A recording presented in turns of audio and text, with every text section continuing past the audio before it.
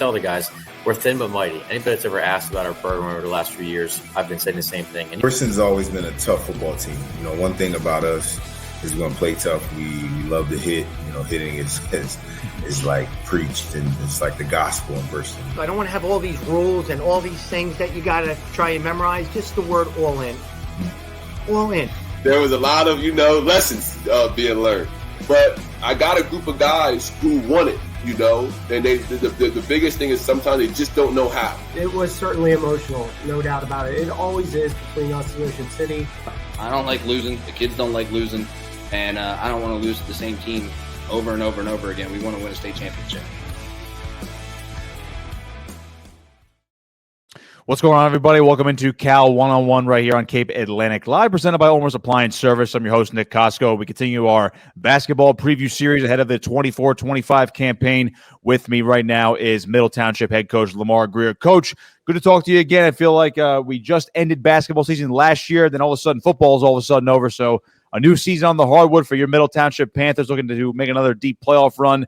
I got to imagine the anticipation for this upcoming season is just through the roof right now.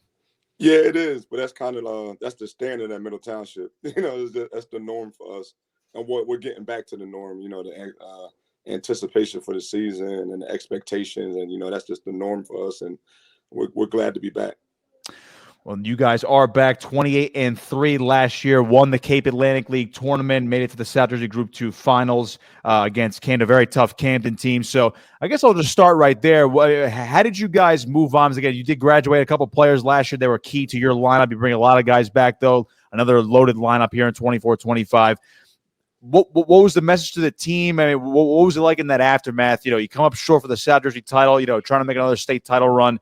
When you see something like that happen, then you're like, okay, let's look to the offseason, get these kids in their spring sport or back on the hardwood in the gym working out. How did that transition look like from the end of that game into, up and through the entire summer up to this point right now? Obviously we were devastated. We're devastated. We wanted to win that game. We were looking forward to that game. And we moved on. We're proud because all our guys, they moved on. Anthony's at Stockton. Mike Zarfati, he's at Rowan. Bubba McNeil's down at IMG doing a prep year, and now Real signed a pro deal in Spain. So that's in the big picture, we achieved a lot to have all our guys move on to the next level. And then to the guys that were coming back, middle our standard is state championships, and we didn't achieve that. So it's time to get back to the gym, get back to the weight room, make sure everybody's on the right AAU team, everybody's getting the right exposure, and I think we achieved that. A lot of guys got better this summer. When you're talking about the guys that are coming back, some of your senior leaders, and again, you're just loaded with talent, seems like year in and year out, and you've been able to elevate back to that state championship caliber for Middle Township. Aiden Howell's back, of course. Jameer McNeil, one of the stars of South Jersey, all of last year across the entire Cape Atlantic League. He just signed a rider for his college career. And, of course, Amir Elston, as far as your senior class is concerned, and bringing a couple transfers, got a couple juniors on the team as well. When you look at this collection of guys, especially since they've played together a lot over the last couple of years, how have you seen them gel this time around? Our off season helps a lot. We take the kids out of town. We call it out of town, and we take them to North Jersey, take them to Philly, and we get them to mesh together. And then a big part of that is after we play, we sit together, we eat pizza or whatever, and the guys get to they get to gel a little bit. So, our offseason was really well. It challenged us a lot. And, we're relying on our seniors that are all guards, to help these new guys understand how we do things here in middle. You know what I mean? But, it's going to be some growing pains, but, the standard's the standard. Mm-hmm. Everybody's going to be gunning for us, and, we're looking forward to it. Yeah, it's interesting that you say that people are going to be gunning for you this year, especially around this area. Again, you guys were Cape Atlantic champions last year, winning the conference tournament and then making another big playoff run. I mean, when you look at the last couple of years where you guys have, done well, either in the Cape Atlantic tournament or the playoffs or both, and, over the past couple of years, made some playoff runs. You won a sectional title just 2 years ago, got back to the sectional finals this past year. With that target on your back, and you just mentioned the growing pains, what kind of growing pains are you referring to? Is it just maybe, new guys in the bigger spotlight, so to speak? Yeah. But it's going to be for everybody. Even Jameer, he has to be more of a leader now. You know what I mean? All those guys that he had around him, he might have been the best overall player, but those guys were were our leaders and our heart and soul of our team. So now Jameer steps into that role. You have to make, I'm on them every day. How do you make your other teammates better? You got to make all these sophomores better. You got to make these juniors better that never have been through this. And he has to be patient. But Amir Elston had a lot of experience, and Aiden Howe is going to be huge for us because he's played. This is his 4th year playing varsity. He's going to be huge, and he's going to be asked to do things he's never done before. So everybody's going to have a little bit of growing pains in the beginning, but here in middle, man, we got to figure it out fast. Our schedule's hard, and we're going to challenge the boys. We're going to challenge them with our scrimmages, and we got to grow up fast. So, but I think they're ready, and they'll be up to the challenge. Yeah, if there's one thing I remember you, especially from last year, I remember you guys just essentially scheduled the toughest teams possible week in and week out. Again, you're going to play all your regular rivals when it comes to the Cape Atlantic League, all the familiar faces, but you guys try to play out-of-state teams, these big Catholic schools. And I noticed in your schedule this year, you guys are heading up on the road. You are going to take on College Achieve Asbury Park. And that's one of those choice schools that's received a lot of attention over the last couple of years. Tell me about scheduling some of those teams again this year. Like last year, you had a couple of Philadelphia Catholic schools come down to Wildwood. What's it like putting teams similar of that caliber back on your schedule this year? Well, it prepares us for the off season, or not for the off season, for the postseason. For our playoff run, and we like to challenge our boys, and we like to say that's why kids decide to come to play in middle, because they know they're going to play in big games all the time, and they're going to be challenged. And in the big picture, it puts them in front of scouts and college coaches, and our kids get recognized. And our track record is our kids are moving on after they leave us; they're going other places. But it's because of these big games, and they're playing against other elite level college prospects. So we look forward to it, and like I said, we always think that gets us ready for our postseason run. And correct me if I'm wrong, but I believe you guys play the Patrick School to end the regular season. Is that correct? Yes, it is. What went into that? Usually when teams are going through these schedules, they'll schedule teams like that, or you guys are playing College Achieve, obviously. When you schedule teams like that, it's like, okay, that'll be December. Maybe that's an early January game. Then we're going to play the meat of our conference schedule, get ready for the conference tournament, playoffs, etc. What made you guys? Was that the only date available? What went into scheduling the Patrick School in February, last game of the year? I believe they're coming down to Middle Township. Yeah, they're coming here, which is that says a lot about our program that we can call these schools and they answer. You know what I mean? And they're interested in playing this. So that says a lot about our program and the direction that we're going. And then I think that was we tell everybody we'll play you anywhere, anytime. You know what I mean? Just send me some dates and we'll get it in, and we'll get there. We'll leave. We'll drive 2 hours, 2.5 hours, and we'll play anywhere, anytime. And we like to challenge our boys because, like I said, when they get to that next level, this is that's the life that they're gonna have. So, but we're looking forward to that game too. We're looking forward to all our games. Of course. I mean, I feel like your motto is for your team, and yes, you want to play the best competition, but in the end, it's still a basketball gym, and it's one ball and it's 2 hoops. I think that's the way you seem to simplify. Which I love hearing that, especially again, Patrick School coming down to Cape May County, which is going to be great for South Jersey basketball, and of course to see a power like that come down as well. I was intrigued by what you said about some of the guys that left the program after last year to graduation. You mentioned Real's playing overseas, and a couple of guys are playing in college, whether it's basketball at Stockton, and I believe you alluded to someone going to Rowan playing football. Yeah, all these things going on with your guys. When you see especially accomplished guys like that move on from basketball, Middle Township, they achieved a lot of sectional titles, playoff runs, Cal championships, but when they're going on to that next level, what does that say about you and your program, especially over the last about let's say 3 to 5 years? It says a lot, but I don't like to take a lot of credit for it. First, it starts in our building with our administration and our teachers, is building the habits and giving these kids the habits of working hard in the classroom. Then that translates to the basketball court. And we can, we just continue to challenge them, and we work hand in hand with our administration and our teachers. And we're always telling these kids we're trying to get them ready for that next level so they can go in the classroom and achieve, and then go on the football field or the basketball court and also achieve too. So, it says a lot, but, we got to keep working. And the great thing for us is, now our young kids, our 3rd, 4th, 5th, and 6th graders, they're all looking forward to coming to Middle and being a part of a program and knowing that, you can be from Middle and move on and go play at a higher level. I believe I talked to you about this last year when it came to the youth influence and the youth programs in and around Middle Township, and of course around the Cape May County area. when it comes to developing those guys? What kind of a presence do you and your players have with the youth program? And I know a lot of schools run their youth nights on some of these games early in the season. What's that influence like between you guys and the youth programs? And are you seeing more of the developmental skills, I should say, just get better and better year to year as these kids get closer to high school? Yeah, because our kids, we have a great rec program, and our kids work out in the off season at the rec. So the young kids, they come in and either watch or they come in after the kids are in there playing, and they see them, and then they start. You can see that that could be us one day. That could be, we can really do this thing. And our kids are amazing because they interact with the younger kids, and they talk about how Coach Greer, Coach Harmon, Coach Babney are all hard, and the things you have to do. It's going to be hard. It's going to be challenging. So it's a great testament to our program, the kids in our program, and even the parents that we have. Our parents, even our 5th and 6th grade parents, they talk to our high school parents, and they get to know what's expected and what's going to happen when those kids get there.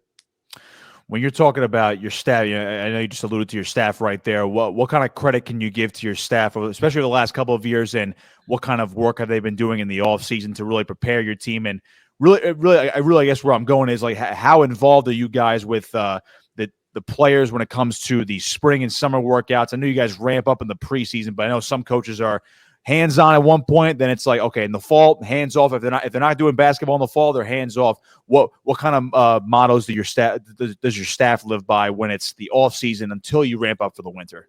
Oh man, my staff is amazing. They're amazing, and we're lucky because they're all experienced basketball players. You know what I mean? So they all been through it. Charlie McNeil, he's won 2 or 3 South jerseys. Marcus Harmon, he's won South jersey. One of our main assistant coaches in weight training, Ryan Babney, he trains professional athletes, and he does our weight training for our kids. So that they're literally in a college program while they're in high school. You know what I mean? And we're checking. I'm checking the grades, and I'm checking in, and we embrace the AAU. I know a lot of older guys don't like the AAU. You know what I mean? But we embrace the AAU. You know what I mean? We embrace it, and we make sure everybody needs to be where they are. We check in with the AAU coaches and make sure everybody's getting the exposure that they need, and then hopefully that exposure follows them to Middle Township. So we make sure they have gyms available, and that comes to our rec program. Our rec department. They make sure that our kids can get into the gym with their parents or with each other. You know what I mean? Because it's hard for us as coaches because we have to be hands off as far as being in the gym with them. It's against the rules. So. We tell our kids, you got to work with each other, get to know each other. Our seniors be leaders. So they go in there, they get work done in our rec department. They make sure that, the gym is available for our kids to get work in. Was there a point, I guess, maybe in between when you were a player there, then when you eventually returned as head coach, was there a point where Middle maybe didn't have as much influence with the rec program, or maybe as much as cohesion as it does now? It seems to me that there's been a stark development with your program, I guess, especially since the last 3 to 5 years, as I alluded to before, where you're making these deep playoff runs. Was there a point where you had to make some changes when it came to the offseason? It's like, okay, we'll embrace AAU rec program. Like, if you're not gonna do anything else, live in the gym. Stay local. Walk down the street, go to the rec program. How did you manage to maybe change some things along that line, or maybe you had to change a little when you came back? It was like I always say, the game, everything evolves. The game of basketball evolves, and it was just me. I hate talking about myself, but it was me with all of my experiences when I left Middle Township, and bringing all of those experiences back, and just connecting the dots and getting people together and letting them know, hey, this is how it's done around the world. This is how it's done, and this is how they develop kids, and this is how these kids are getting better. And it's also, knowing this is how it's done, around our country. North Jersey is very, very good at basketball, so I stay connected to them, and I stay connected to Philadelphia.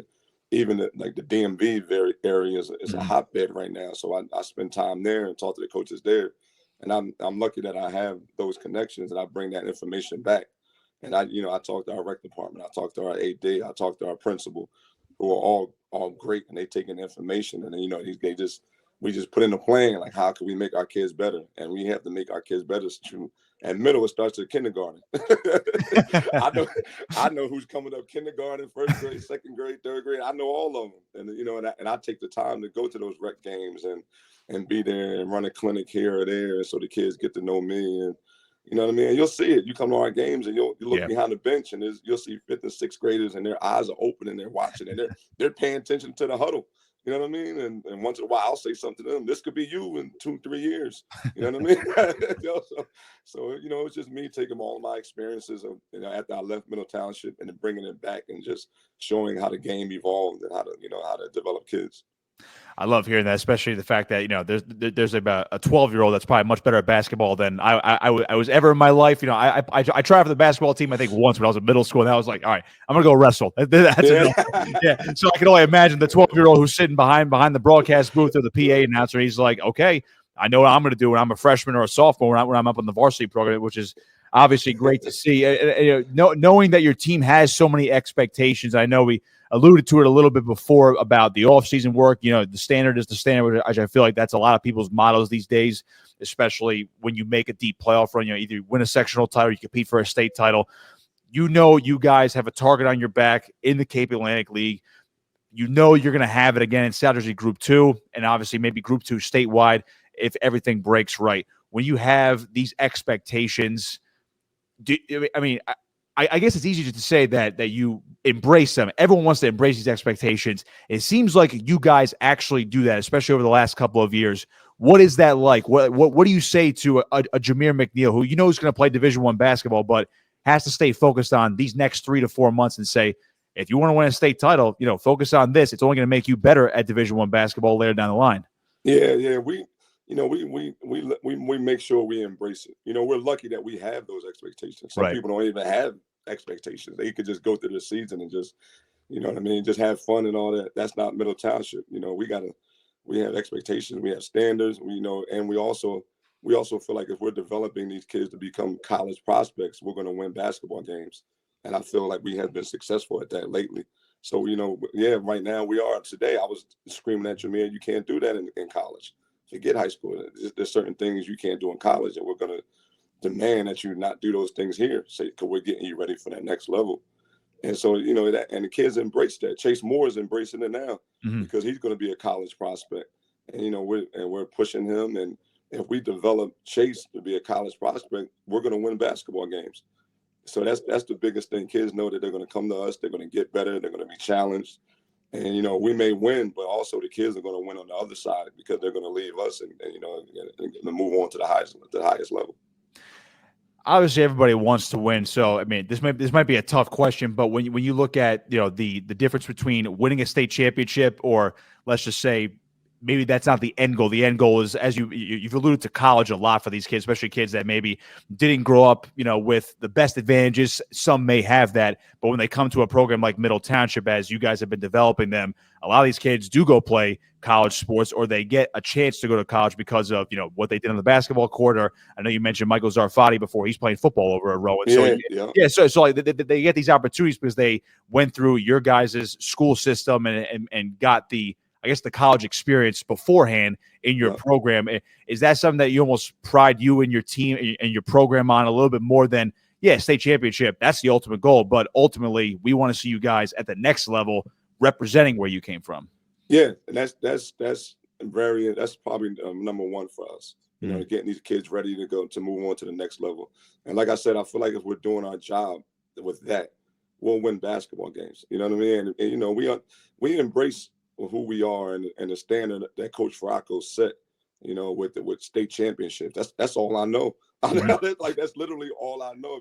If you see us, we'll win a CAL. We don't cut down the nets. We'll win South Jersey. We don't cut down the nets. Yeah, we won South Jersey. We was in the locker room say, all right, 2 more.